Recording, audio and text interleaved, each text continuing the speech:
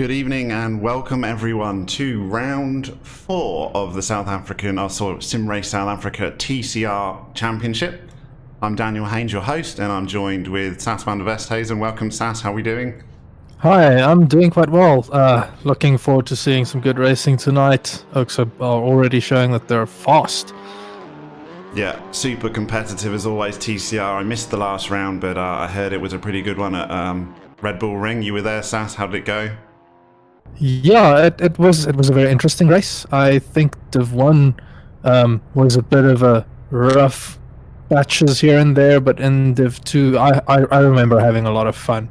And a lot of people mentioned that it was quite a lot of fun just going around. It's so short. There's not a lot of corners you can work on to become really fast, but that meant people were rubbing properly. Yeah, and we've had a lot of short tracks, which is in keeping with the format that we're going for here in the TCR Championship. Obviously a completely different format to what we've had before. We're starting to get used to it now. 2 sprint races of 20 laps each, with then a reverse grid for the second race. But yeah, tonight a little bit different because we've got a bit of a longer circuit. A circuit we've already been once this season too, the Nürburgring in ACC for the GT3 Championship. But we've got a slightly different one. We'll have a look at track layout later. But I think that might change the dynamic just a little bit as we sort of have that 1 minute 32s was the sort of times we're looking going around here. So I'm expecting the field just to spread out a little bit. We started a little bit earlier on stream, or the server's a little bit late, put it that way, because we're just starting the 15-minute qualifying sessions now. So everyone's just leaving the pits to start their 15 minutes of hot lapping. The nerves start to build as you've only got a few opportunities to make a space, but I think you'll find it easier to make a space here with a bigger track than what we've had in previous rounds. Yeah, definitely. I think I can't remember what the spread was in Div 1 in the previous races, but tonight's race is split by just over. It's about 1.2 seconds, maybe even less than that. And further down, it spread out even more, showing that the length of the track maybe did have an effect, and seeing who can push it where and get to a better lap. Yeah, I've got the HLQ times from over the weekend, so I'll put them up on screen now. We can take a look. As always, very, very close. Just over a second this time. We had Nick Hodgson is our lead driver with a 1:32.874, followed by Matthew Boy. So obviously those two guys have got their setup going, teammates in Point Blank Racing, so they're first and second. But then we have a new name for a lot of people, Ross Bartle, and this is someone that I'm immensely interested to see how he gets on, because I've seen his name in iRacing cropping about, and he's very, very highly ranked in the SA drivers in iRacing. So he could be a surprise package. He's going to get my vote. I wouldn't be at all surprised if I see Ross Bartle take the win here. I don't want to give him a commentator's curse on his first race, but he's a quick boy, and I've already seen him in the practice sessions before this qualifying session started, beating Nick Hodson's HLQ times of a 1:32.8. He went a 1:32.7. So Ross Bartle, keep an eye out for that. Jack Botha is in 4th place, so he will always be there or thereabouts. And yeah, looking down the, who else we got down the field? Kieran Patson in 11th. Alan just snuck in there in 22nd place with a 1:33.9, but still very, very close. 1.1 second between everyone. Yeah, I had a quick look at the Red Bull Ring. They were separated by half a second, so there's definitely a wider spread for this race. Yeah, lap time's probably twice as long here, though, I suppose, won't it? So probably explains it. So just we're halfway as far as the championship's concerned. So as far as the championship standings, I'll put the table on the screen for that as well. Here's as we go into round 4 here at Nürburgring-Sprint. Jack Botha is our current leader for the championship. And then he's followed quite closely by Nick Hodgson. Brent Lindsay-Ray, who's been very consistent, hasn't he? I don't think he's won a race, or did he win the race 2 in round 1, I think, possibly. Ooh, I can't remember. I think he was race 2 round 1, but he's been very consistent, and he's in the podium places as well, so very well done to Brent Lindsay-Ray. Matthew Boy in 4th. Alan Patterson, who's really made the most of that grid swap in his second round, because he's won the last 2 second races in the rounds, starting from pole, having finished 10th in the first race. So just shows you what a massive advantage that is when you flip the grid. I'm not expecting that to be quite such an advantage now because we can have a longer race. It'll give the leaders more of a chance to claw their way through the field and maybe go for a double win here. So we'll keep an eye out on that. Where are we so far? Got some strange times at the moment, haven't we? Jurgens van Vuren is currently our pole sitter, but still only on a 1:33.5, so track not quite up to speed yet. The Bartel just pushed past him, so I'm expecting to see better times coming out now. It looks like Kieran Patterson is still 5 seconds off. Everybody's probably just warming up and getting ready now.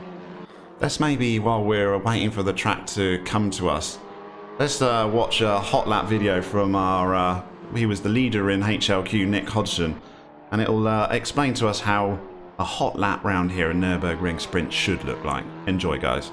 Alright everybody, welcome to an onboard qualifying lap around Nürburgring-Sprint edition, i.e. the short track with the F1 style chicane in the Hyundai World Touring car. And as we come across the start finish line, we're all the way flat looking for our first braking marker, which is going to be at the 100 board. Brake in a straight line and then turn the car in hard. You do not want to use all of the exit curb on the outside. In fact, that actually slows you down, mainly because you're a front wheel drive car and it just wants to pull you off the track. Keep the car tight in for this left-hander, the turn 2. It means you can get on the power early. Again, tight through this corner. Second gear, really keep it tight. When in doubt, keep it tight around this corner, around this whole track in fact. Turn 4 there, you don't want to run out wide, it's slippery, you don't get a good drive. So no worries about track cuts and so forth. Keep it tight through here, duck the car in. The camber and nature of the corner makes the car want to bounce and so on, but you've got to control that. Turn the car in early so you can get on the power early, so you can then get out wide and once again get on the power early for this long straight. There's a lot of time to be made up through that section, and in fact lost if you're not careful. Of course, flat through this right-hander. We're looking for the chicane, the main event. You want to brake at about the 125 mark. Keep it off those sausage curbs. You don't want to hit those. Hitting those will just unsettle the car. Coming into the last corner, if you're on a qualifying lap, you can keep it really tight through there. It's very slightly quicker, but it does compromise you onto your next lap, and that is a 32.874.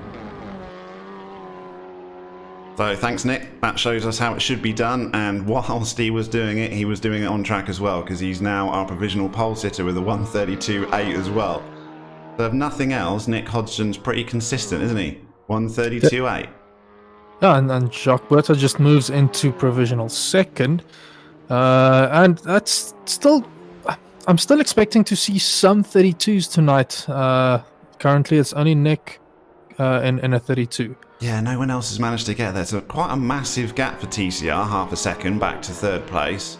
Ross Bartle was in a 1:32.7 in the practice session earlier, but you've only got 15 minutes to do it, so it's not quite as easy. There we go, Ross Bartle's got into the 1:32s and is less than a tenth behind Nick Hodgson. Yeah, I'm looking at the map right now, and it's looking like it's a bit crowded as well, so Oaks might be struggling to get some clean time in. Didn't give them enough space to the guy in front to make sure that they can put in a clean lap. Yeah, everyone's sort of congregating on that turn 5 hairpin. Let's just take a quick look at that the track that we have this evening. I'll put it up on the screen. So it's Nürburgring as we had in ACC, but it's the sprint layout, the shorter one, which is more in keeping with this TCR championship. And effectively, you've got the big boot section cut off with the Dunlop hairpin and obviously the famous Schumacher S's, those very quick S-bends. So they're severed off the track. Instead, we've got another hairpin that takes its place, almost similar to the Dunlop curve, really, in turn 5. But we have got the big boy chicanes. So we've got the GP chicanes at the end. And they're the trickiest section to carry as much speed as you can. I think that's where you'll make or break a lap here. Turn 9 and 10, those chicanes, before you get to the final corner and across the finish line. So where do you reckon overtaking points are? Generally turn 1, dive bomb into turn 5 hairpin, and obviously get yourself up the inside of the chicanes, I think. Quite a few opportunities on this layout to to make a pass, I think. So it should be jam-packed with action, as we all had in pretty much every round in TCR.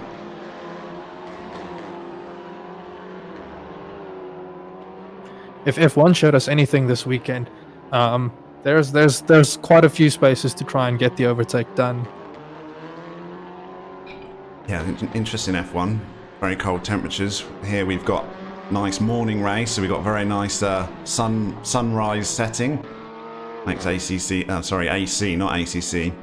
You forget because you can make AC look so damn good these days. It almost looks like you're looking at ACC right now. Kieran Patterson's done well to get up into 4th. That's much higher than his HLQ showing. He's half a second back with a 1:33.4. Alan is still struggling down below. He did say that he was not having much luck with the track. I'm expecting to see him going faster as we race, though. Maybe it then clicks and he'll get to put in some nice quick laps. Yeah, he's still above where he qualified in HLQ in 20 seconds, so I suppose he's happy with any places he gains. He's currently finding himself in 18th place, Alan Patterson. New livery for the Patterson Works team. A little bit different, yellow. I think they were striking a red. He's just gone off in the hairpin, obviously didn't like that lap. Let's check in with some of our leaders, like the Ross Bartel's got a cracking livery with that Audi. Grumpy Monkey, we're looking forward to seeing a bit more of that.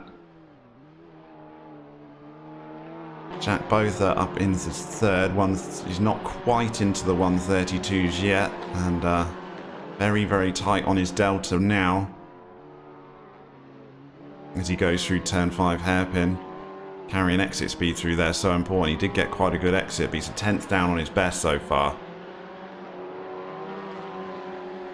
Which, I mean, you've been doing HLQ here over the weekend, Sass. Which sections of the track did you struggle with the most?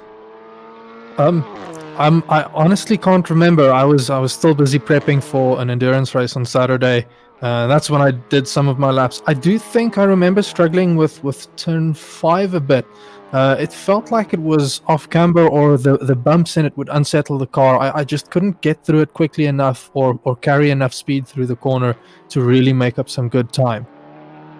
Yeah, we're on board with Jack Botha, and he had an excellent chicane and gained a bit of time there. He is going to improve, but it's going to be slightly marginal.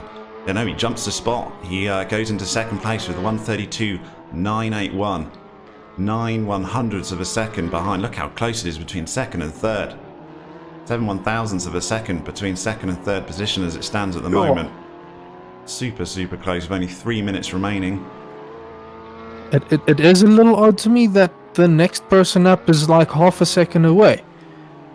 Yeah, there's a huge gap between 3rd and 4th and Kieran Patterson, isn't there? Half a second. It's not what we saw in HLQ. Currently 2 seconds over the field. We would expect some improvements here. I definitely think Renier can do better. He's off by quite a bit. Maybe they're just finding their legs, and we'll see some last minute like punts in there and good laps being put in. And keeping so close to the top, and just keeping a clean eye on Ross Bartel as he just starts to go up on his delta as he goes through the chicane. He's a 10th up, but he has a really poor exit and loses all of that. Still slightly up on his delta. He doesn't need to be a lot. Remember, he's only 9/100ths down. If he has a clean final corner, he's going to improve, but it's going to be so marginal. It's still not going to be enough. Oh, not enough. Look at that. He gets his 2nd spot, but it's not quite enough for pole. Super close. Less than half a 10th between 1st and 2nd place. So he's a new driver, is Ross Bartel here at SimRace South Africa. But obviously, if anyone else wants to join, you are welcome to join mid-season. We've got you could even be racing on Wednesday night if you want to in the Division 2 or 3. All you have to do is just go to the website, simracesa.co.za, fill out a form, and you could be trying your luck here at Nürburgring on Wednesday, or in GP next week possibly. But plenty of action to join into, so super close at the top, and it's not really no one else. It's a battle between those front 3, isn't it? Nick Hodgson, Ross Bartel and Jack Botha. And then everybody else, basically. Kieran Patterson, I think, will probably be pretty happy with 4th place. It's going to be a monumental scrap to try and get into 10th position and that coveted pole position for race 2. We've seen how important that's been in previous rounds. So that midfield battle for 10th is going to be super competitive, I think, in race 1. We'll be keeping a very, very close eye on that. Stephen Sparks has just jumped up the leaderboards, managed to get up into 8th position, 33.5.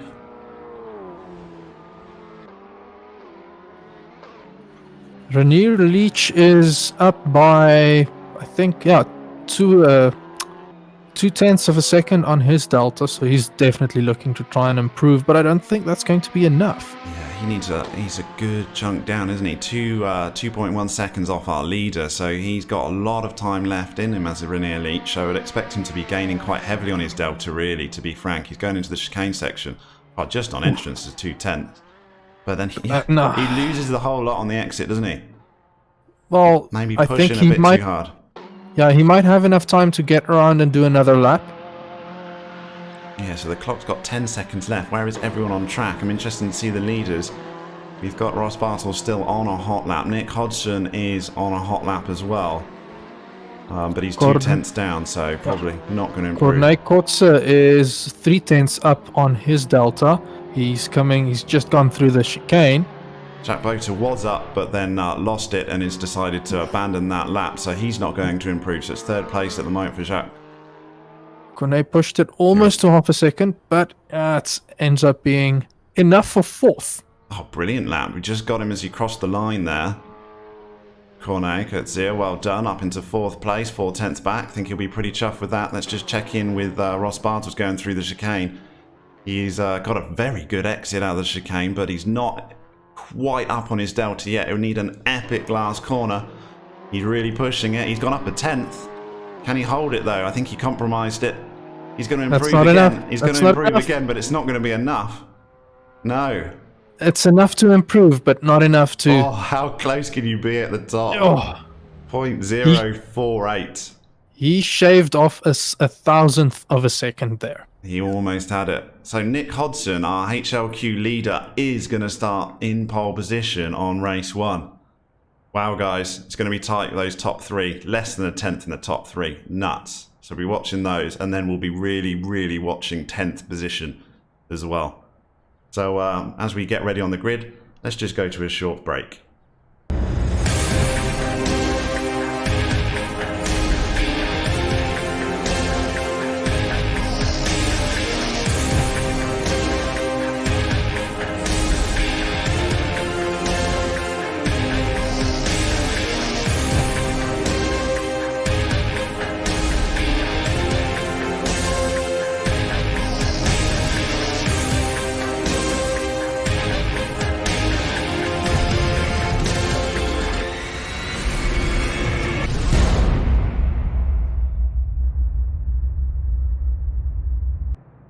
And we're back, guys. Let me just take off this performance delta because we don't particularly need that for the race. And we've got 28 seconds to go before the start of race 1 here at Nürburgring-Sprint. Just a reminder, starters, Nick Hodgson in pole position, Ross Bartle, the new boy, starts from 2nd, Jacques Boter, 3rd position, Corné Kotze had a great lap, jumped up the leaderboard, got into 4th, Kieran Patterson in 5th, Jurgens van Vuren 6th, Louis van der Merwe in 7th. And here we go, lights are starting, and it will be lights out, and away we go here. Nürburgring-Sprint. Go! Kieran Patterson got a great start.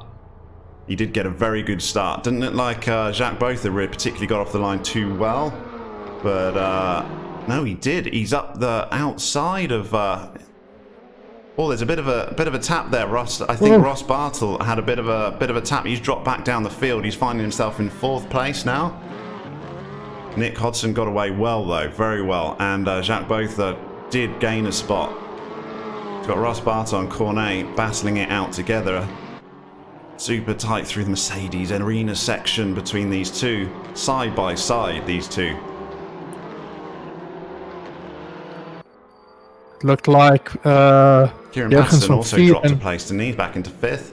Oh, and he dive bombs it, Kieran Patterson up there. I don't think that was can't tell from my camera angle, but there's a bit of a dive bomb there. I think he's waiting for drivers to recover, so I think it probably was him. So he's dropped back into 6th place. Ross Bartle was really struggling in this opening lap, down into 5th, not where he wanted to be, fighting with those top 2. Stephen Sparks, though, up into 3rd position is Stephen Sparks. Where did he come from? I haven't seen him all evening. It's as if he came out of nowhere. Louis van der Merwe managed to make a clean start as well, and he's taking 4th place. Ross Bartle's gained a spot back up into 5th. Nick Hodgson, in the meantime, is not too worried. He's checking out at the front. He's got 8 tenths on the first lap already. So great first lap from Nick Hodgson. I don't think Jacques Both is going to let him just run away with it, though. Stephen Sparks is managed to slice his way through the drama in the opening lap and gained up into 3rd, so he'll be super pleased with his start. Kieran Pattonson's dropped a few places, so he's down into 6th, and he's got James Leach for company behind him.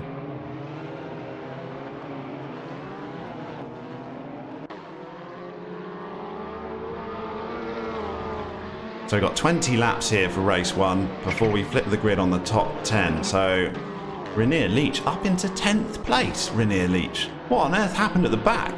Didn't he start from right further back, or I didn't quite catch him? He was in last place.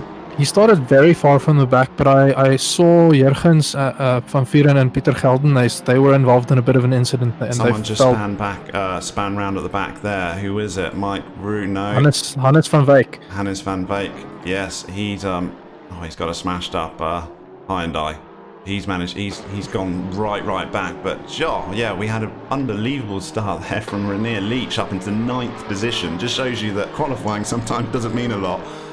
2 laps in, he's already up there. Daryl Mulder is in the coveted 10th place.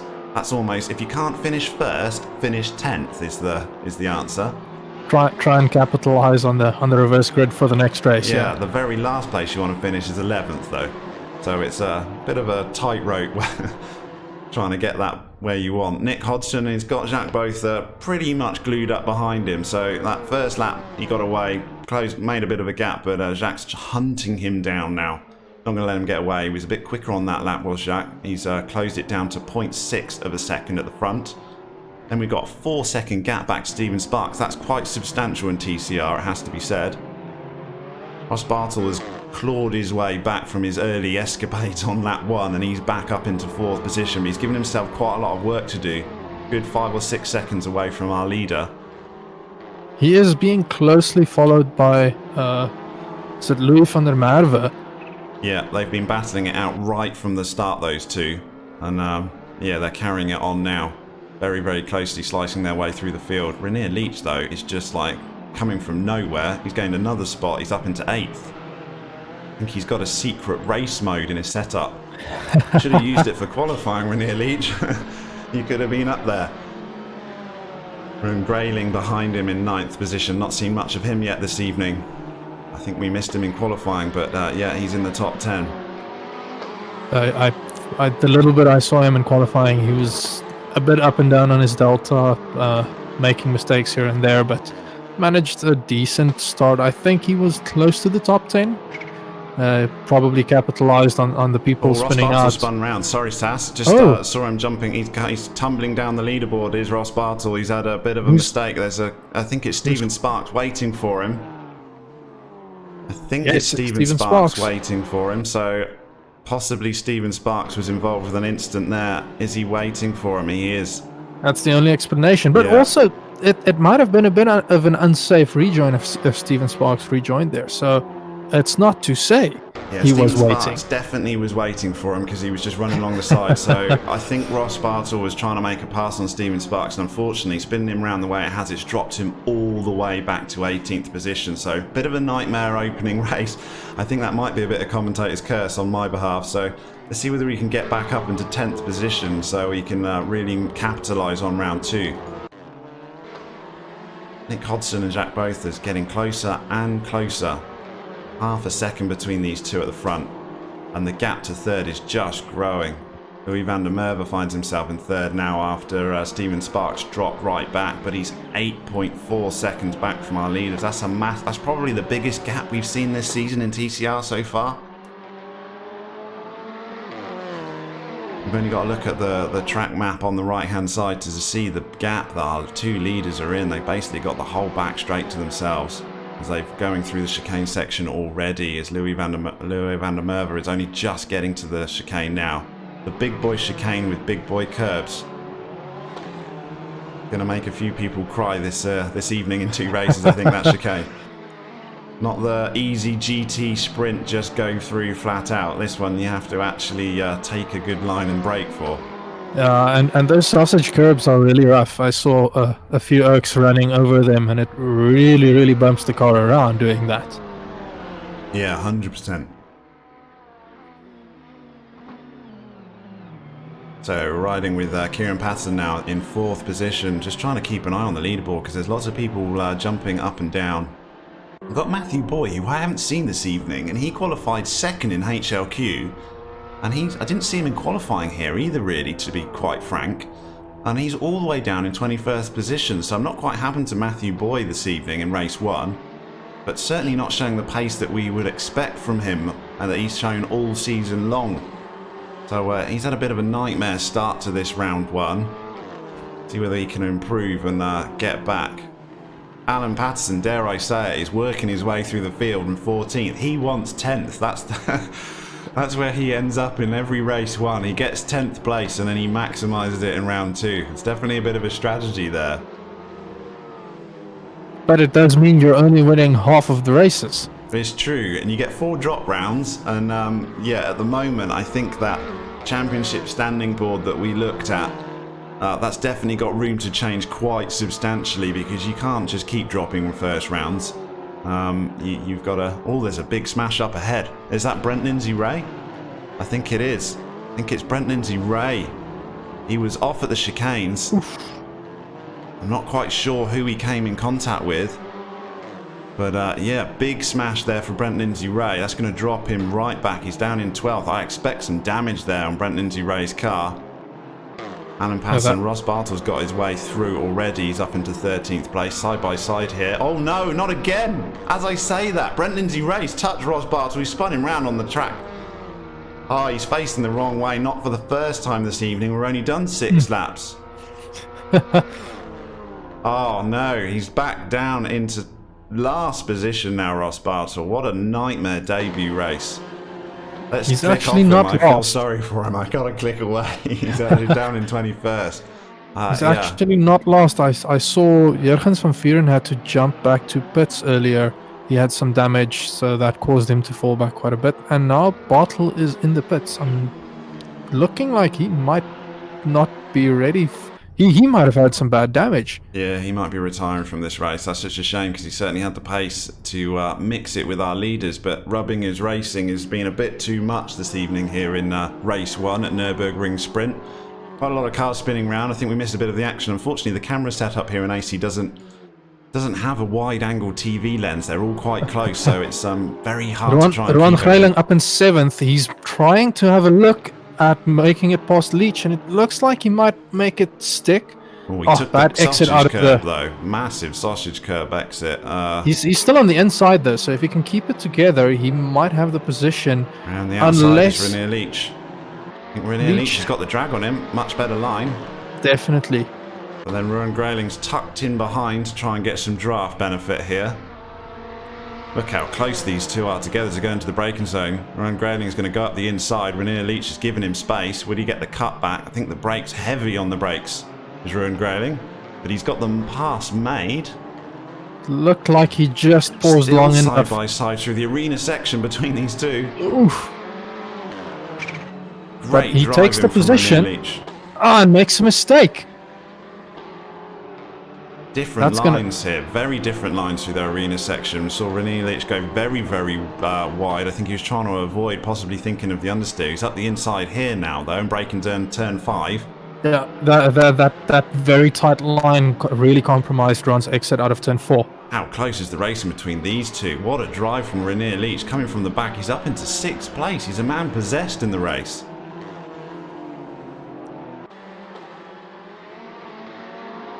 Don't want to quite leave it because I think there might be a bit of a dive bomb happening up here as we come into the chicane section. Although René Leach got a fantastic drive out of turn 5. I think the gap might be too much. Yeah, Both there's braking nicely into the chicane. Nicked quite a lot of curb there, did Leach. But it was a good exit. So, great pass, René Leach. He's hunting down James Leach. It's the Leach show for 5th and 6th position.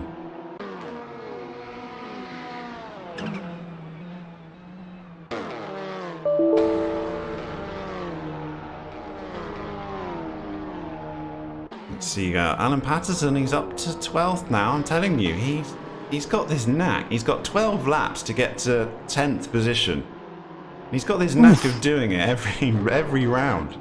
It does mean like he has about 3 seconds to make up on Mike Leroux. Yeah, it's quite a big gap for TCR. That's going to need him to, but equally, he's not got anyone in front of him, so you can knuckle down and try and put some clean laps and get into a bit of a rhythm. We've got Cornet Breed currently in the coveted 10th place, and therefore pole position for race 2. If you're in 10th, you're sort of tempted to keep it, aren't you? Especially if you're in 10th with only a couple of laps to go, say. Yeah, but we're not even halfway through the race, though, so No.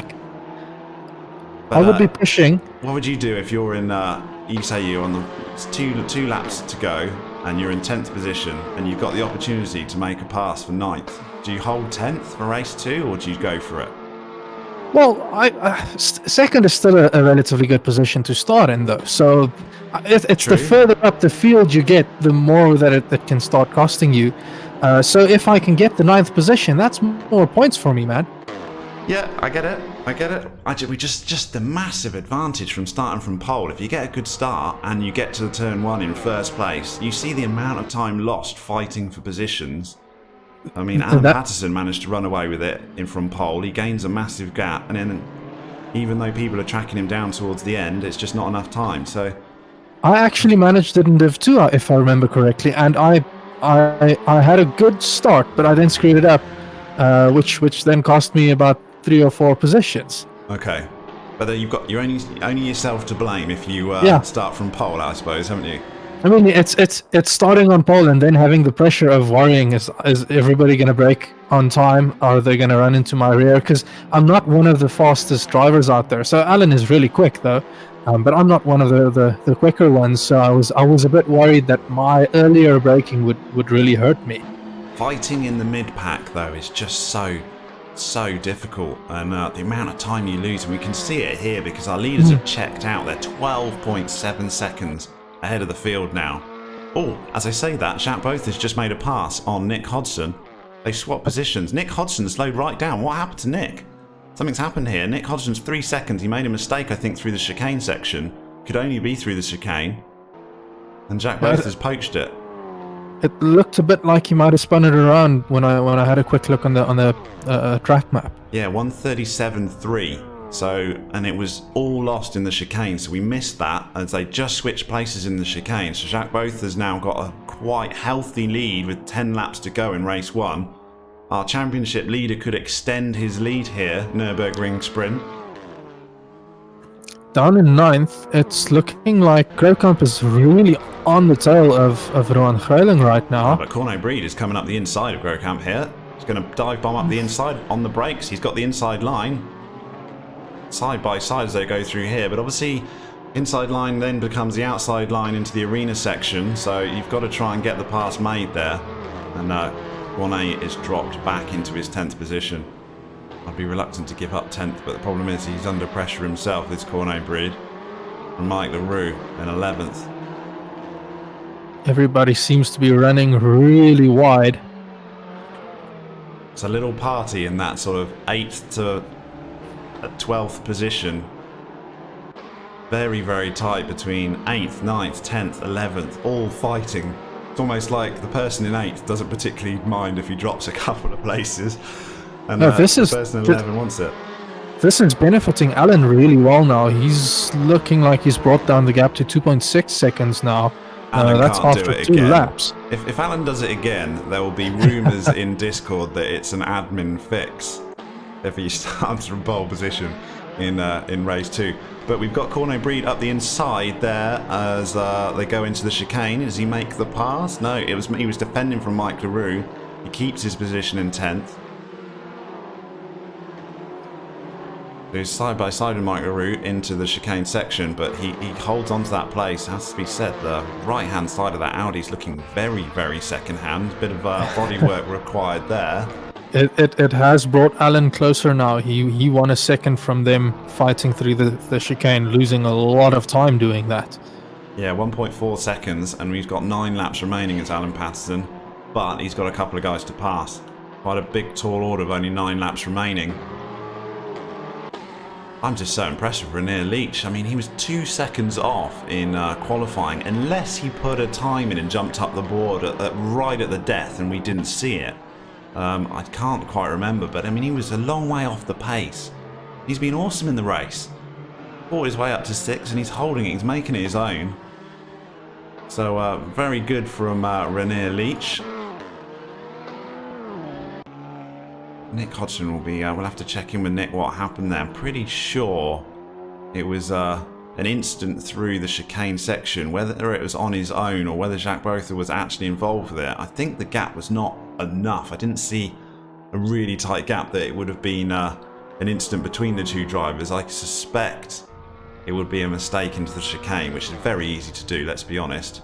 Very, very easy to do, especially when you're pushing the amount that they are. But we'll find out later, hopefully, from Nick Hodgson, that Jacques Botha's got an opportunity to win another round 1 or race 1 here. Very, very good opportunity with a 3-second lead. It's basically the same gap as after the incident, but he's just holding on to it. Keep an eye on the relatives and just keep going around making sure he's now can manage the gap, if you like.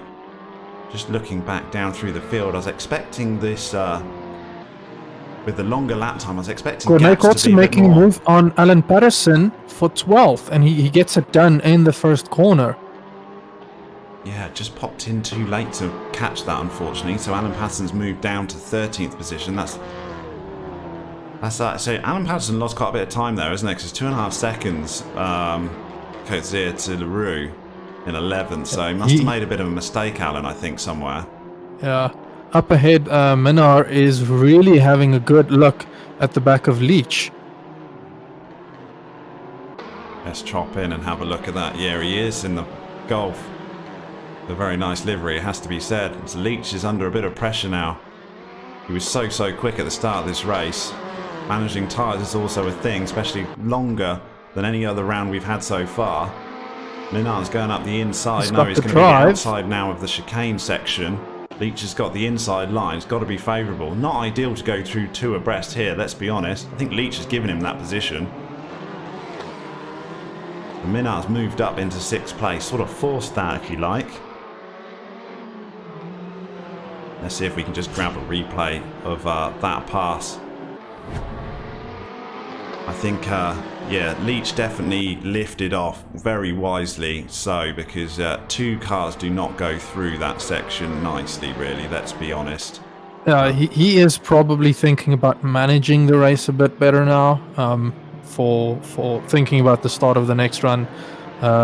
Does look like he's under pressure again from Rowan Grayling, though. He's round the outside into the Mercedes Arena section. Leach again on the inside line. It's all very well lifting to give positions, but he's gone deep now. Rowan Grayling's cut in underneath him, and he's lost another place, has Leach. It did look like they were bumping a bit hard there, so forced his way through, did Rowan Grayling there, and Leach has lost 3 positions.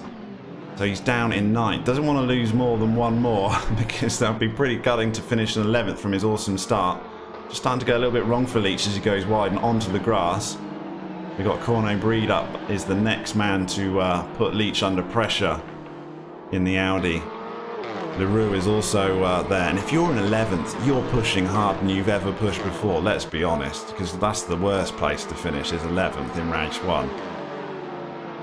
You're really going to be trying your utmost to just gain 1 more position and then gain 10 just in the grid switch.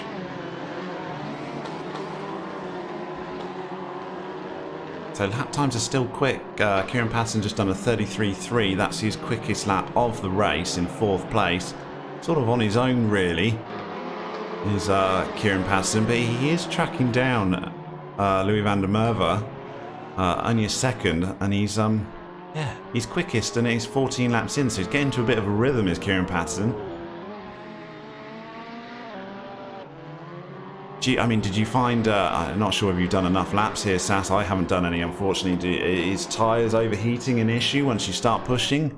I can't remember really seeing tires being that big of an issue, but that said, I don't think I've done nearly enough laps to really know. I know at the short tracks like Brands Hatch round 1, it was the tyres just absolutely cooked, but the race is just not long enough for that to be a problem. Whereas now, the race is sort of over 30 minutes. Potentially, that could be an issue as we get towards the end of this race. People, tyres just starting to fade. I see the gap from our two leaders to third place actually come down slightly. 11.1 seconds. That was way over 12, 13 seconds even. So our top two drivers. Sorry, Greiling seems to have drifted somewhere. He's down into 10th now. Yeah, he's made a mistake, obviously. He dropped right back down to 10th. Corno Breed up into 9th now. So, not the worst place to be. See drivers, just interesting, that chicane. They're very much cutting the first part of the chicane quite heavily, I think, into... they're almost straddling the sausage curve. Yeah, there has been like speculation about people abusing track limits, and for now the season is running its course. There's not a lot that we can do to change that, but it's definitely interesting seeing people trying to use as much of the space available as they can. So hopefully there won't be any complaints afterwards. We'll have to wait and see though. It's just interesting watching that first chicane, first part of the chicane. Not the first driver, Ruan Grayling was. Every driver I've watched go through there is almost straddled that first sausage curb. Two tyres fully on the grass. So yeah, it's obviously a legal lap for qualifying, so they might have got used to doing that. So it's not all four wheels off, to be fair, but it is certainly using all of the track limits, I would say. Let's just watch as we watch Kieran Patterson go through that section. Hopefully he can do it nice and cleanly. And yeah, no, he straddles it. He definitely straddles it. I don't want to put it down to Kieran Patterson because every driver's doing it, but I think that is interesting line, put it that way. If you tried that in a Formula 1 car, I don't think you'd have a front wing. So yeah, interesting. But they're all doing it, so I guess it's fair. Corno Breed is almost holding on to this 10th place, reluctant to move forward, I think. He wants his limelight and starting from pole position. He's got 4 laps to go, and he's been in 10th for half of this race. He is seesawing a bit because he was up into 9th and back into 11th once. He's hovering around the position. Ruan Grayling has got himself past him, hasn't he? He was in 10th, but Corno Breed's looking up the inside now into the first corner. He's gonna hold on to it. It's almost like he doesn't wanna leave it. I would be a little bit reluctant. You're thinking, wow, what's the... I'm all right here, thanks very much, no worries. It's like he's just putting pressure on the person in front and saying, if you make a mistake, yes, I'll take the position. But I'm not going to fight you for it. But I'm not going to fight you for it. Renier Leach has managed to work his way back. He's up into 7th, so he did... I think he was... because obviously we had Ruan Grayling drop back, didn't we? So he gained a spot that way. So he's managed to settle himself down a little bit because he had a lap where he was a bit mugged, it has to be said. Cornet moves past. Oh no! Who was that in the background? It was Cornet. Cornet dropped right back, yeah. And Cornet Breed's dropped down to 11th. No, Cornet, you can't finish 11th. You've had 10th for so long. That's the worst place to finish. Mike LaRue is up into 10th place. Got 3 laps to go now. The battle for 10th is way more interesting than the battle for who's going to win this. Alec moves past. Cornet's dropped it again. He's down. Yeah, no. He's actually let Cornet Kotze by because he tapped Kotze on the rear. Has dropped it. He's down to 13th now. Yes. Yeah, he tapped Kotze on the rear, which caused him to spin out. So this was Breed just yielding the position back to him. So Breed unfortunately has had a bit of a nightmare last few laps because he's dropped way out, and Alan Patterson is up into 11th. He can sniff that 10th place with 3 laps to go, can Alan Patterson. He knows exactly what it means. Oh, he's been hit as I say that. No! Oh no. Who hit him there? That was Kotze. Again, Kotze's had a very, very interesting few laps. Alan Patterson was sniffing 10th place and he's dropped back to 15th. Oh no, Breed is back into 11th again after all this. So it's everyone toing and froing. Rowan Grayling's just moved up into 8th position. It is good to see gents doing the gentlemanly thing and letting people pass. That's how we prefer to race at SRSA. Keep it clean. If you make a mistake, yield it. Don't just drive off into the sunset and laugh about it. Yeah, for sure mistakes happen, but yeah, there will still be some hurt hearts later in Discord, I'm sure. Especially if you found yourself in 10th and got punted with 2 laps to go. Not really what you want. I think Mike LaRue's probably got this nailed down, hasn't he, for pole position. Got 2 laps to go. I've just been the mother of all commentators' curse all evening as he straddles the first chicane in the GP circuit layout, and but yeah, he's 3 seconds clear of 11th place. You're just going to be coasting now, aren't you? You don't want to risk getting up the side of Brett and tapping him. Rowan Grayling's fighting his way back though. He didn't want to get 10th place. He wants to try and get his way as far up here as he possibly can.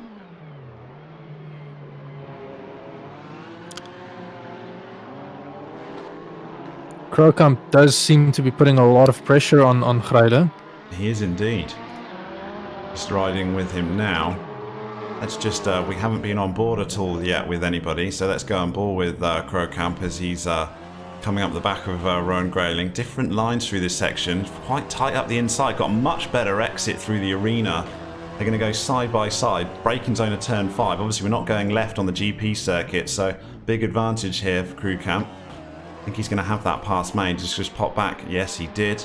Rowan Grayling's lost a position there. Rowan Grayling's been fighting this evening with quite a lot of guys, isn't he? Side by side. Oh. Yeah, he's making small mistakes though. On turn 3, you need to kind of compromise the exit of turn 3 so that you have a really good entry onto turn 4, because that's where you can gain the time. You if you get out there quick, that's where you can gain the position and be in the better. Put yourself zone of the chicane. Sorry, Rowan Grayling just absolutely sent it. He posted the stamp and just sent the mail. He really did. It was, but he made it stick. So Rowan Grayling is these massive fight here between these two.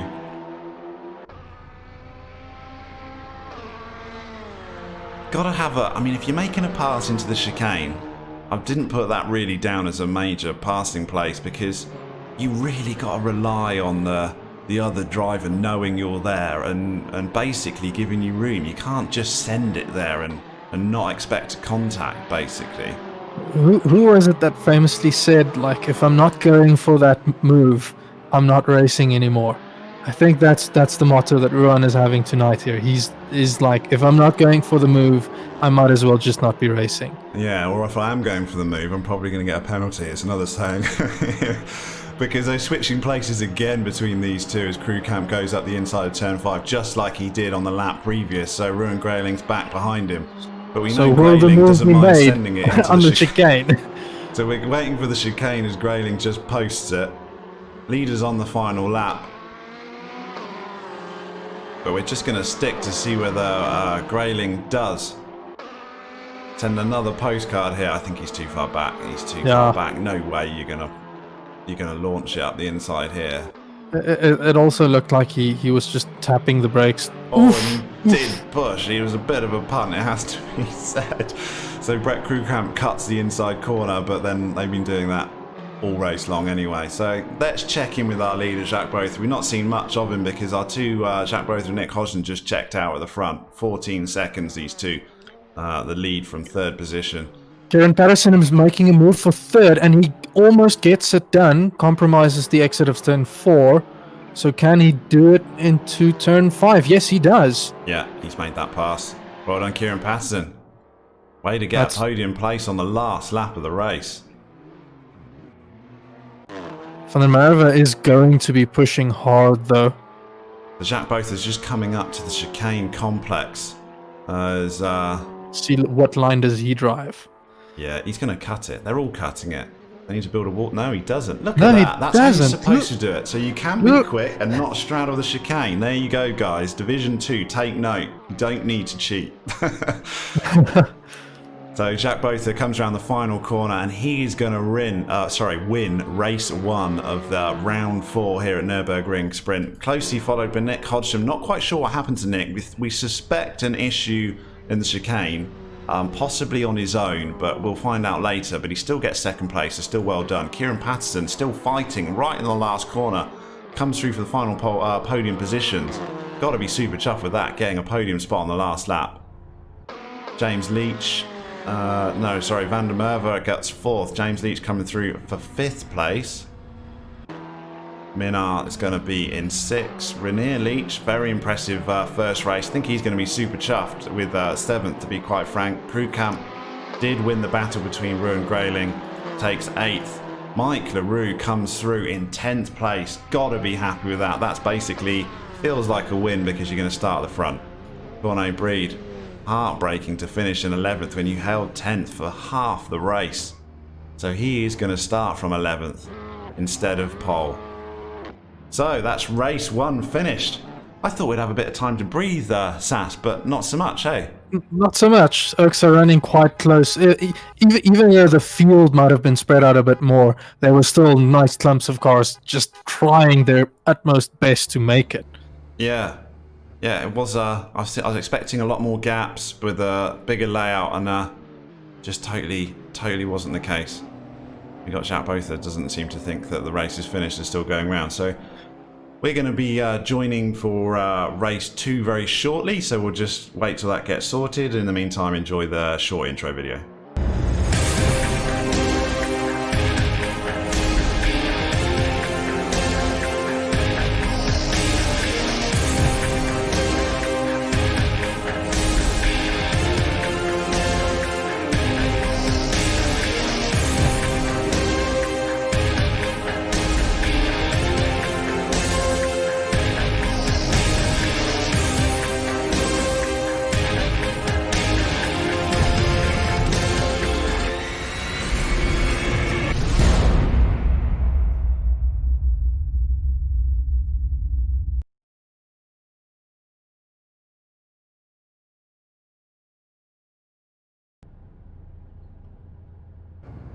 Okay, we're back and we're ready for race 2. Sure, that wasn't long. So 40 seconds to go.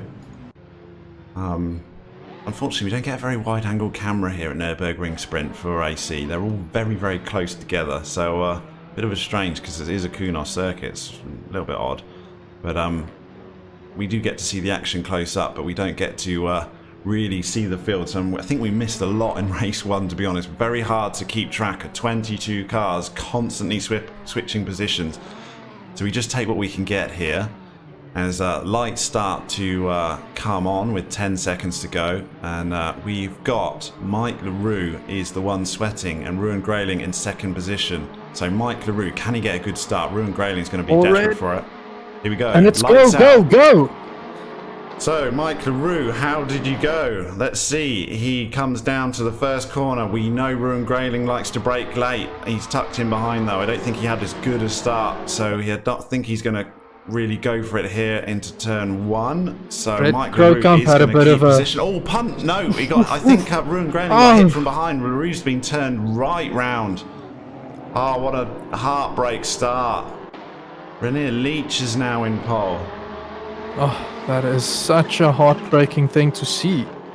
And there's all sorts of smashing through the arena section as Rainier Leach has been hit and has dropped back as well. So Crew Camp's our new leader. George, a bit of bumper carbs going on this evening. Let's just have a look at that replay to see what happened at the start. Yeah, I think Roux and Grayling got punted and then went in to our leader, and yeah, just sent him around, so it's dropped him right back from the field. So Mike LaRue Pole didn't last very long. One corner basically. Brett Krugkamp is checking out at the front. James Leach in second position. René Leach is somehow back into to third. So people let him through, or what on earth happened there? I thought he dropped right back. He's up into third position. Nick Hodgson's got himself all the way up into fourth. Just dive bombed up, or nicely late on the brakes, if you like it, through the chicanes. Didn't cut it. So he's up into third place. Nick Hodgson, what a lap. First lap, Nick Hodgson's gone from, well, he must have started 9th place, and he's up into third already.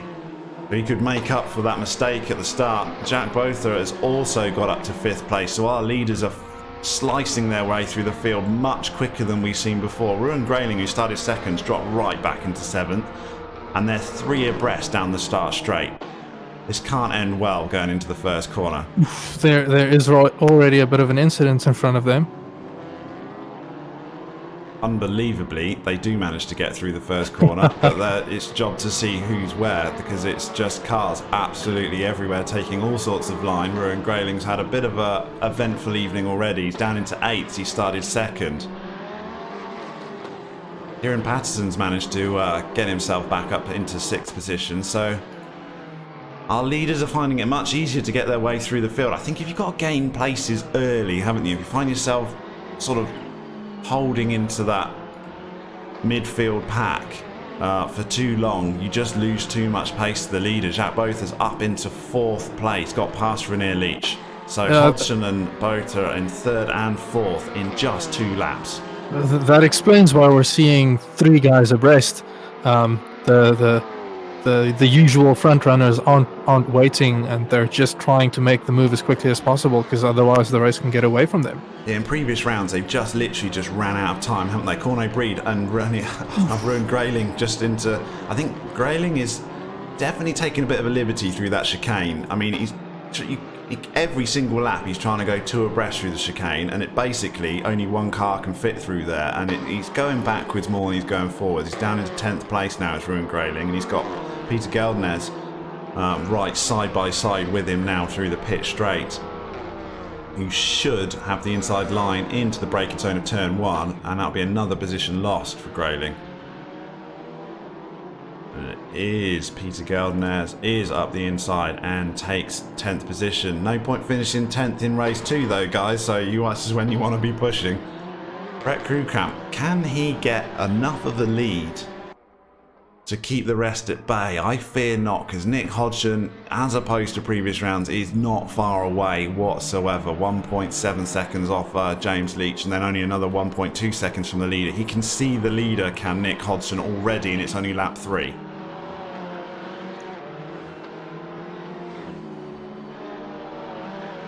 Jack Botha will probably be happy just to, he's got a bit of a space now. He's got to try and just claw back Nick Hodgson, but let Nick Hodgson slice his way through the front 2 and then just follow him through, really. Also, don't discount Ross Bartle sitting at the back of the pack. He is also trying to work his way up. Yeah, he abandoned race 1, unfortunately. He just got involved with too many people, didn't he? He was facing the wrong way more than he was facing forward, was Ross Bartle, but we know he's got the pace, and he's up into 15th already. Very tall order to try and fight your way through 22 cars, though. Oof. And there goes Ruan, spinning off. Yeah, Ruan's had, I mean, more incidents than anybody else I've seen this evening. We've been with him quite a bit because he just always seemed to be tangled with someone, does Ruan Grayling, and he's finding himself right back in the 21st spot. Talk about action. Very, very tight in this sort of 8th, 7th, 8th, 9th places. Corné Breed in 8th position. Minard just behind him. Kieran Patterson's also got a very tight gap. Looking up there, he's side by side with René Leach. Didn't quite get the pass made in the arena section. Looking up the inside on turn 5, but thinks against it. Takes his normal racing line. I was saying on the track layout, where do you think the passes were made? It doesn't really matter. You could pick any corner. These guys think they can pass everywhere. There's no patience. Oh, I'll wait for the obvious passing place into turn 1. These guys are just like, if you see a sniff of a gap, they're going to take it.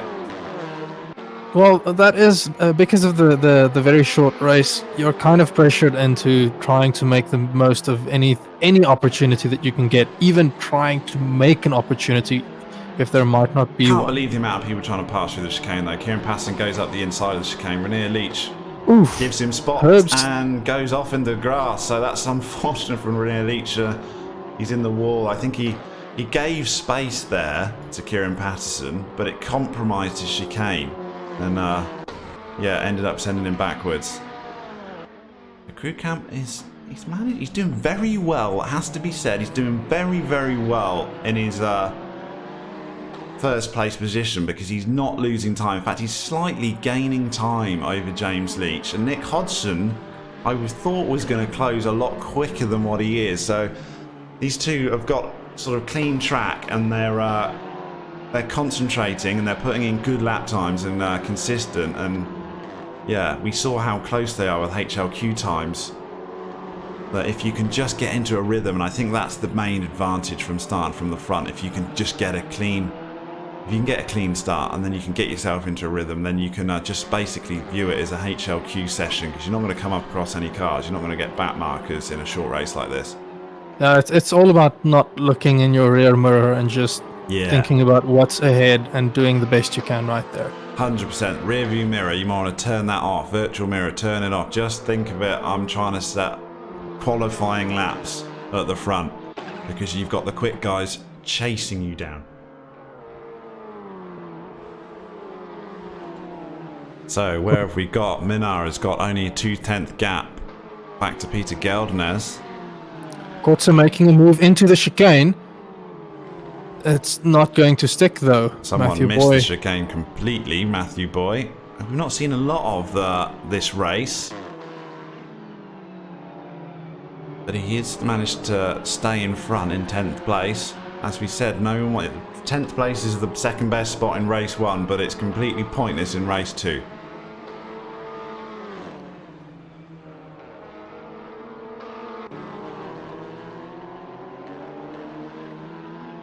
So Minar is closing down Corno Breed, quite close between these two, 4/10ths, as Boy does switch places. He lost his position to Coetzee. These two are super, super close in the arena though, not having any of it. Now we've got Jurgens van Vuren looking up the inside of Boy now. Boy manages to shake off Jurgens van Vuren, keeps hold of his 10th place, goes pretty wide though. This could give Jurgens a good run up the inside into turn 5, braking zone. And he is, he's up the inside of turn 5. And right on his tail is Leach. Yeah, Leach, who dropped way back from missing the GP chicane, is now fighting with Boy. Don't get much time to breathe here in the mid-pack, do you? Leach looking up the inside of Boy. Boy's made a mistake there. Leach is side by side as they go up the back straight towards the chicane section. Manages to stay in ahead of Leach. Leach looking left, looking right.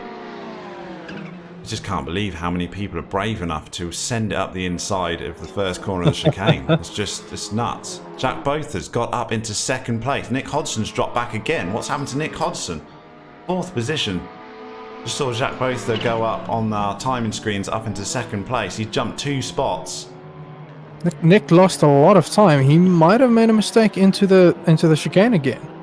Yeah, I mean it's around that area, but I don't want to guess, but I mean certainly something's happened to Nick Hodgson, because once again he's dropped behind Jack Botha and allowed him through when there wasn't a gap there to happen. I just quickly saw the arrows on the screen and jumped there as quick as I possibly could, but we missed it unfortunately. So Jack Botha is up into 2nd. Nick Hodgson's back down to 4th, trying to track down James Leach. But he's struggling a little bit. So Jack Botha's now clawing his way. He's got 3.5 seconds to make, and he can see a double win here this evening if he plays his car right. 13 laps to go in this race. There's still plenty of time to gain 3 seconds on the leader. Brett Krutkamp just needs to, as we were saying before, just pretend like there's no one else on the server. You're offline. You're just practicing qualifying. And you're just trying to put in nice, smooth laps, as many as you can. They look very awkward, these cars, through the chicane, because they're mounting those curbs way more than I thought they would. Seems like they're bouncing around and basically going through that whole section with 2 wheels on the tarmac. That might explain why I'm so slow. But, well, yeah. I always thought 4 wheels on the tarmac was the quickest way, but these guys are MotoGP racers. Well, if you think about it, 2 wheels will have less resistance than 4, so it might make you go quicker. Possibly. Something to try. You've got all the Division 2 guys now are going to try and mount onto 2 wheels through the whole of the chicane because it's clearly the quickest way to go. Minardi just put the fastest lap of the race in for himself. It does look like it will unsettle your car quite a bit, so if you're not ready for it, it can catch you out. Yeah, try it offline. Don't recommend trying it in race 1 of Division 2, let's put it that way. Not unless you've tried it first offline. So let's have a look at gaps. Let's check in with Peter Geldenez, who's clawing back onto Cornet Breed. He is only 2 tenths down, very, very tight between these two.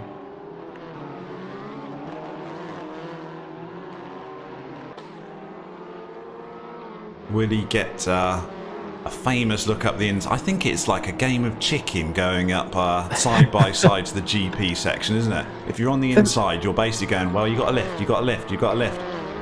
And then the other driver's going, surely he won't go into a rest. He's going to lift, he's going to lift. And then no one lifts and there's a big accident, or one lifts. What's interesting to me is that it seems like most of the time it's people diving up the inside. It's not the defending driver taking the inside line. Yeah, but then we saw René Leach had the inside line with Grayling, and he decided to lift to avoid the accident, didn't he? So it is a case of who's brave enough. But effectively someone has to lift because there just isn't space for 2 cars through there. So yeah, it's something to work out for Division 2 and Division 3. All those guys watching this evening, got 44 guys in chat watching. Most of them will probably be driving in Division 2 and 3. Go and practice your game of chicken before Wednesday night. So let's check in with Hertz in 6th position as he's trying to claw back Kieran Patterson, who's done well. He's up into 5th. He's had a good evening this evening, Kieran Patterson, because I haven't seen much of him in TCR. We see a bit of him in ACC, very quick driver in GT3 ACC. But this season in TCR, I think he'll be the first to admit that it hasn't been his preferred series, but he's had a very, very good evening at Nürburgring-Sprint. He's podium place in the first round, and he's up into 5th with a reverse grid. So very well done to Kieran Patterson. He's trying to track down Nick Hodgson. Going to be a bit of a tall order. I have heard that some of the regular GT3 racers have said they're just struggling a bit to make the TCR cars work for them. The driving style is just that bit different and not working for them. Like they don't know if it's setup work that they need to do or what. So they'll rather just not take part. Like, I must admit, I do quite like them. Front wheel drive takes me back to when you first it takes me back when I grew up in the UK in the Cotswold sort of country lanes, and my first car, like little front wheel drive hatchback, as the UK just full of them. And you got scrubbing understeer absolutely everywhere, and because you're a young boy racer driver, you're trying to get every ounce of your Toyota Yaris. Now imagine that on a dirt road, because that's what I grew up with, was a front wheel drive car on a dirt road. Oh right, yeah, but at least you have a little bit of space on your dirt roads here. Here we in the Cotswolds, you've got stone walls both sides of a single track lane, and it's usually freezing cold and pouring with rain and windy. And you're desperate to get home in the dark, and the next thing is you put your your Toyota Yaris into a ditch. That doesn't go down too well with your boss as you're driving a company car. So here we're with Nick Hodgson, very, very side by side with who's he fighting with? He's got James Leach right up tucked up behind him, but Hodgson's managed to get the pass done on Leach, but Leach looks like he's looking around in the braking zone of the GP chicane, and he's looking at the inside line. Oh, that was a big cut there, I think, from Leach. That was all 4 wheels before the chicane there. I think Nick Hodgson Leach has maybe given the place back. Yeah. He's gone very wide, because I think that was a bit of a liberty. So Hodgson's got the place back up into 3rd place. Leach will tuck in behind. Or he's flashing his lights. He's not thinking, maybe he didn't give the place back. We're looking up the inside of the turn 1 braking zone here, will be Leach. But yeah, he basically missed the chicane. So I think probably justice was done as Nick Hodgson claws back at 3rd position. 6. See, look how much time Hodgson's lost. 6.8 seconds off of Botha in 2nd place now, fighting for that position. So it's a balancing act between getting a clean pass and making sure, but also not losing time. Fastest lap of the race is just done by Ross Bartle, 1:33.1. Where is he's Ross all Bartle? the way back in 20th. He's not had a good race, it seems, this round.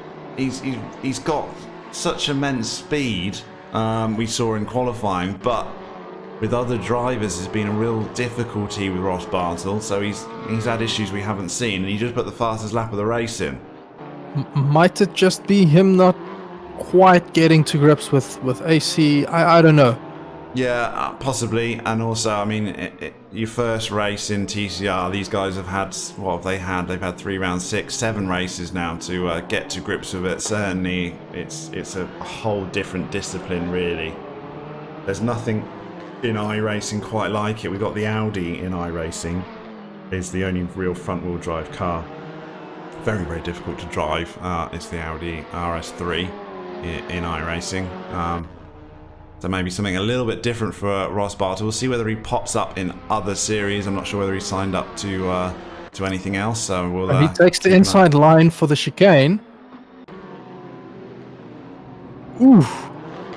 Someone you don't want to be playing chicken with is Ruin Grayling, because I've seen someone else up against the wall.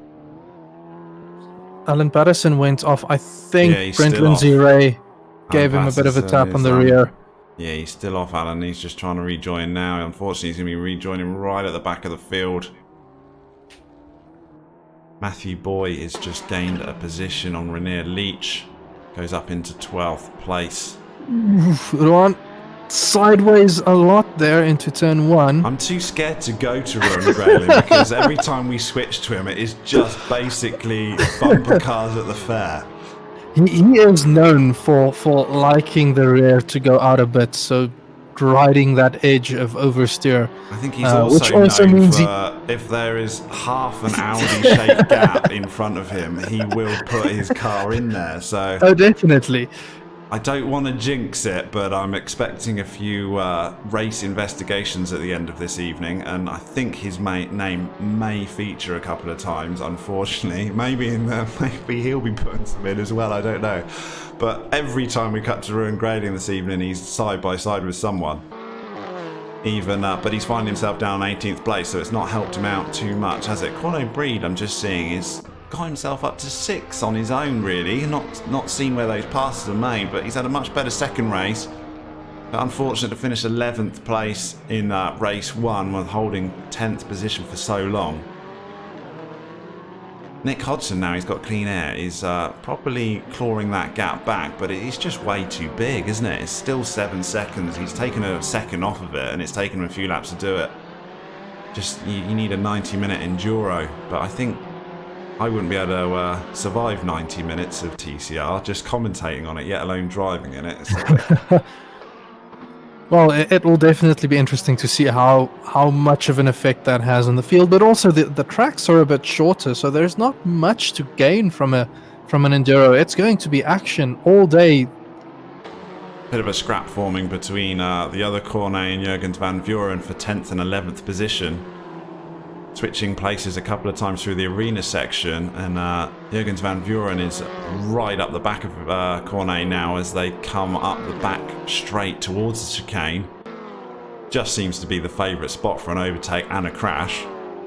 Let's see what happens here. Do you cover the inside? Doesn't seem like drivers are covering the inside, and that's maybe the reason why everyone seems to think they can just send it and miss that front apex. And Jurgens van Vuren went through the chicane, got a much better exit, and then managed to make the pass through the outside of the final corner. So very different way of making a pass there. Jurgens van Vuren moves up into 10th position. Right, where are gaps? Where are gaps? Just starting to spread out a little bit. The Peter Geldnes just starting to come under a little bit of pressure from Hertz behind him in 8th position. Yeah, this race is certainly spreading out a lot more than we saw in race 1. I think people are probably just a little bit tired of it. It's a lot. TCR is pretty frantic, a sprint race as it is, but this one's a lot longer than we've had in previous rounds, and it's maybe taking the most. Peter Geldner's going up the inside here. Oh, Jacques Bourdin is almost in first. Right, let's not miss the seconds. pass. We saw Peter Geldner's get the move made there. So let's see. This could be a pivotal moment here in race 2 of round 4 here at Nürburgring-Sprint as Jacques Bourdin is eyeing up a pass.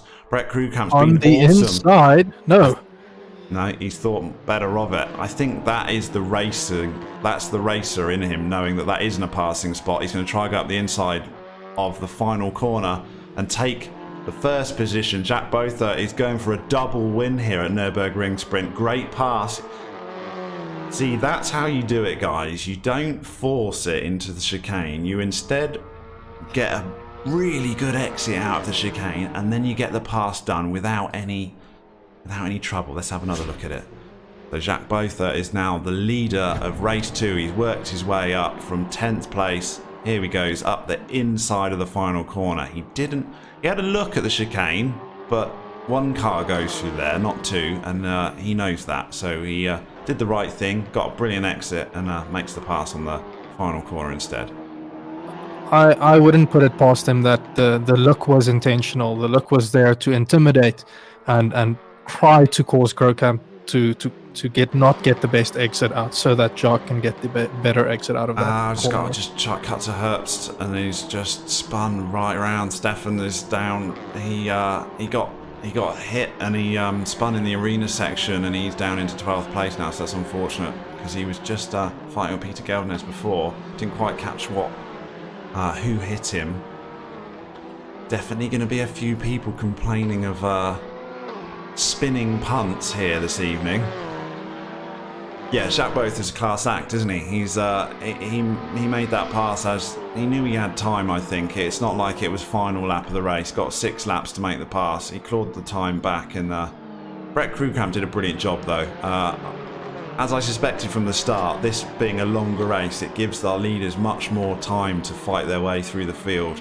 Whereas Red Bull Ring last round, for example, just hardly any time there to work your way through before the race is over. But much longer race here. We've got 4 laps to go though.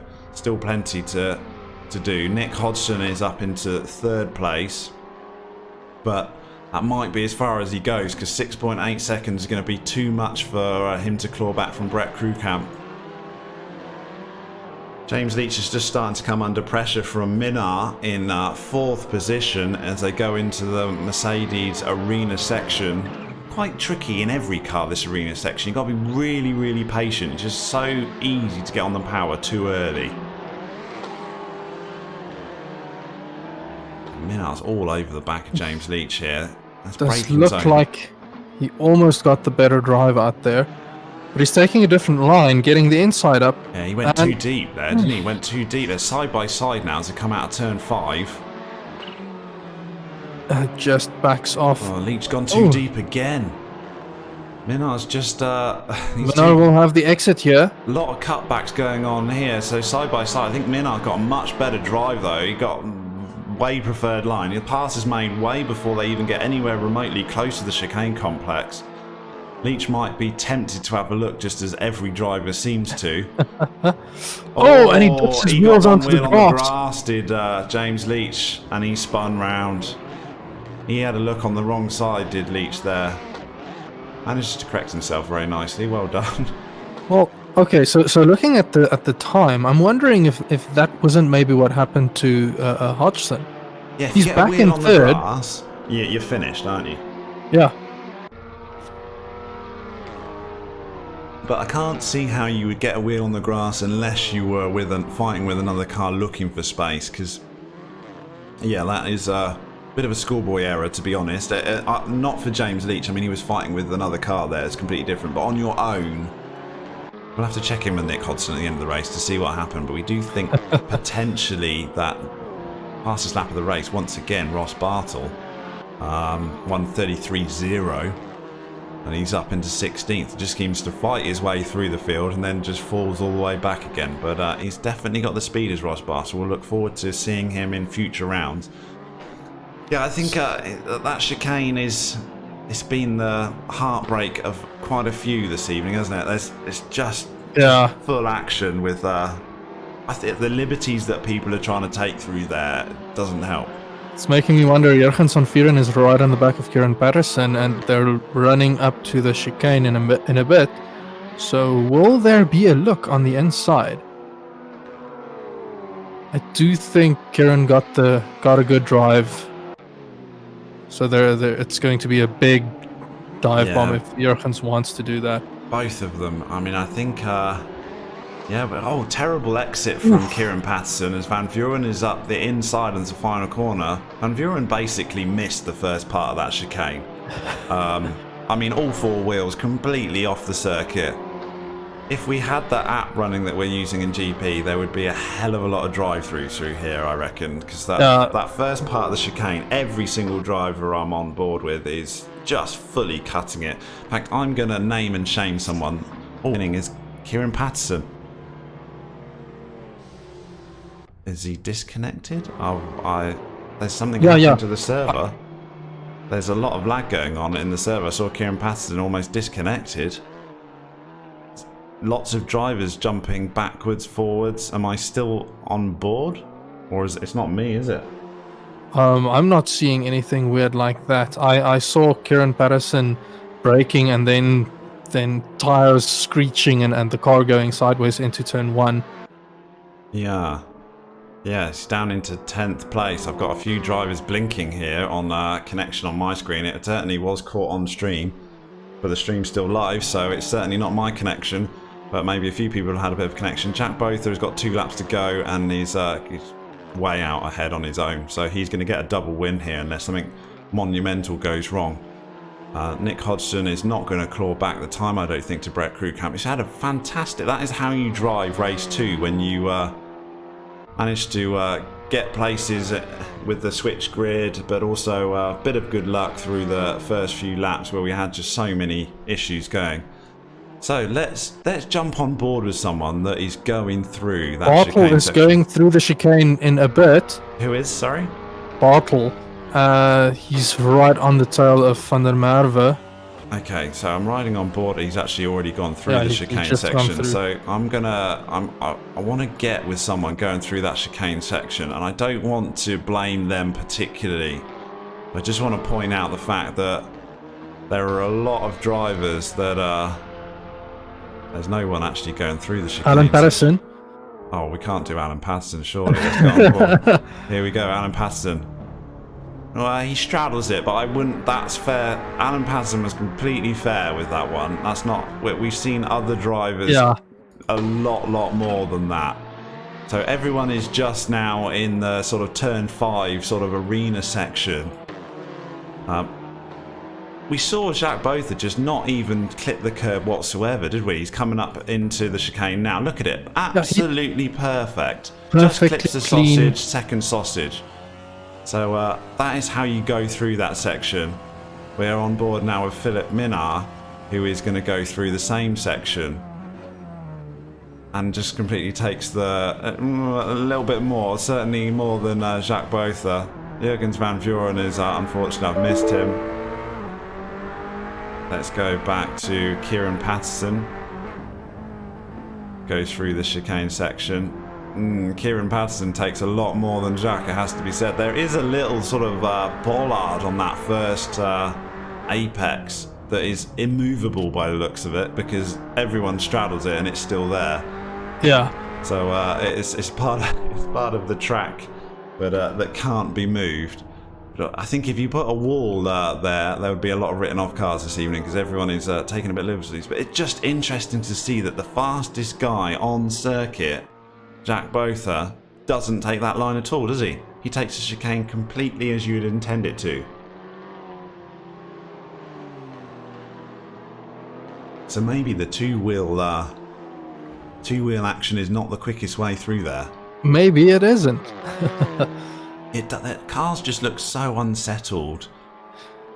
Let's go on board with the good example of Jacques Botha as he comes up now into that chicane section. Brakes on the 100-meter board. Perfectly just clips the apex of both. So smooth. And the car is just perfectly settled the entire time. I just can't believe that that's not a benefit to the overall lap time. From the looks of it, what I can see is those that are straddling, they're taking a bit more of a straight line through there, and Jacques Botha goes over the line. Oh, it's still one more lap left. No, he's finished. He's finished. Very well done. Jacques Botha gets a double win. So, masterclass from Jacques Botha this evening. 2 wins. Nick Hodgson did finish in 3rd place as we thought. Minard, well done, 4th position. I think he's pretty happy with that. Corne Breed had a good 2nd race up into 5th, make up for the 1st race. Peter Geldeners into Siggins van Vuren 7th. Corne Kurtzier in 8th. Matthew Boy in 9th place. Louis Manverba. No, we got in Kieran Patterson, I think, finished in 10th position. So that's race 2 finished of round 4. Super action-packed throughout. I'm sorry if we've missed a lot of action. I'm sure we did, but we also got so much on stream that there's been plenty for us to enjoy. Well done, everyone. Thanks for everyone for joining us. Been very enjoyable. Thanks for joining us, Sass. Hope you enjoyed it. Yeah, I really enjoyed it. Thank you, everyone, for tuning in. Can't believe an hour and 27 minutes has gone that quickly. So just as a reminder to everyone, we've got next week is GP series. Before we go back to ACC, and then we will be back here shortly for round 5. Didn't quite catch what round 5 was, but that'll be in a month's time, 4 weeks time. So, but anyone wants to join, just go and sign up, pop your name on a form, and before you know it, you'll be on track with the rest of us. So, been a great evening. Thanks everyone for joining us. We look forward to the next one, and we'll see you again. Cheers. Go well.